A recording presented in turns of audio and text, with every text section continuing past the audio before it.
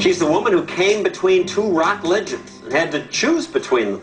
How do you choose between Beatle George Harrison and Eric Clapton? As Chris Connolly reports, that's the kind of tough call many women dream about.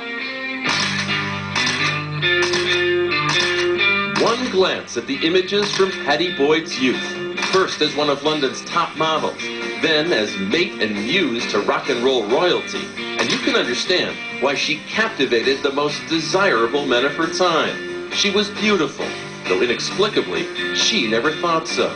I really don't think it's true. I was maybe pretty, but beautiful is something else. Wonderful Tonight, her best-selling memoir, chronicles her life and loves,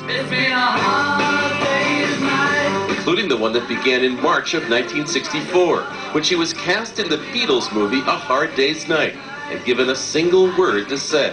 Prisoners? There was nobody on the platform except 4 guys, instantly recognizable. They'd sweetly and charmingly introduced themselves, as if we didn't know who they were. To whom did you find yourself drawn? Well, guess.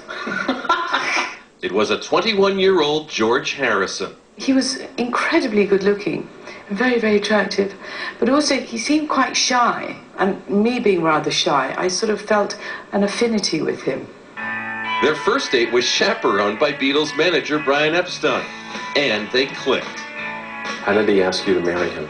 One day he said, I think we should really get married. I'm going to go and speak to Brian. And then came back and gave me a big kiss and said, Brian says we can get married in January. On to ABC. Pattie would settle into cozy domesticity, while George would go on to make the greatest music of his career with the Beatles, including a song George told Pattie he'd written for her, Something. Something in the way she moves. Oh, I thought it was an incredibly beautiful song. Beautiful. Attracts me like no other lover. And I'm thinking of you. Yet well before George took the stage at the concert for Bangladesh, Pattie had attracted the attentions of another man, one very close to him. Your friend of mine, Miss Eric Clapton. One day I got a little letter, beautifully written, and saying that, you know, this person really loved me, and I had no idea who it was from. It was just signed E. So I showed it to George, said, look, I've got a great fan here, and thought no more about it until that evening. And Eric phoned up, and he said, did you get my letter? Oh, my God. Eric and Pattie began to spend a lot of time together. What was going on? You were a married woman? Yes, but I hardly ever saw George. He seemed to be in the office or in the studio all the time. So I was pretty much left on my own. What was exciting about this man, Eric, courting you as he was?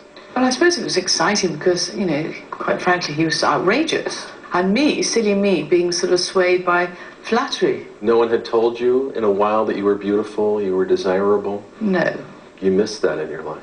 Yeah, but it's pathetic, isn't it, to think that, you know, one relies on that. On a single tumultuous day in 1970, Pattie Boyd Harrison would come to know the depth of Eric Clapton's feelings for her. He said he wanted to play me something.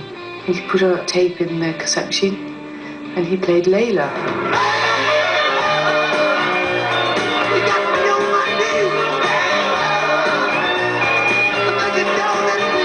It was absolutely staggeringly beautiful and powerful.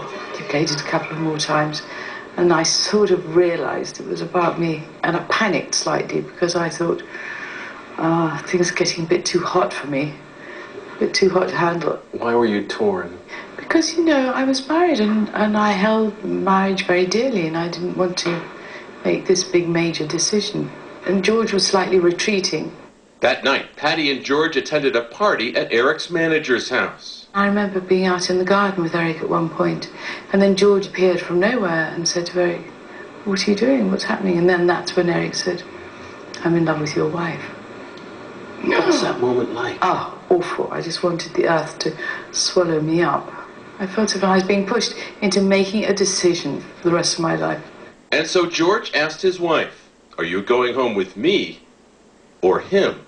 I went home with George. How did that feel to have made that decision at that moment? You see, I'm a Pisces in astrology. That's two fishes swimming in different directions. So I am typical, isn't it? Being pulled one way or the other, and it's just like, it's a really bad sign to be in this situation. The next time Eric saw Pattie, he held up a vial of heroin, vowing to take it if she didn't run off with him. Again, she refused. The result of that was that he sunk into a sort of heroin addiction for about 4 years, 3-4 years. And that was it, so I didn't see him for that time. Meanwhile, with the Beatles broken up, George became more distant and distracted. We were just really unhappy with each other. And I think when you're unhappy, you behave badly. A lot of drugs and drinking around. Oh, yes, yeah. Infidelities on his part. Oh, yes. There was a hideous scene, Pattie recalls, when George was caught having an affair with Ringo Starr's then-wife, Maureen. George said that he was in love with her. Yes. Maybe he was reacting against what Eric had said to him. Meanwhile, Clapton kicked heroin and continued his pursuit of Pattie. And so, in the summer of 1974, she made her decision, once and for all. What made you decide to leave George and go with Eric? I'd sort of had enough. It was an untenable time, and I just didn't want any more of it. Did you make a mistake, or did you do the right thing? At the end of the day, I just had to take the bull by the horns and think, right, I'm making a decision and I'm going to stick to it. And that's what I did. Pattie would stay with Eric for 14 tumultuous years. They would marry in 1979 and divorce in 1988, after he revealed that another woman was pregnant with his child. That relationship, I think, was all about extremes. Loads of heartache and loads of fun and, joyous times. Those joyous times inspired another song, one Eric wrote as Pattie dressed for an evening out. Wonderful Tonight.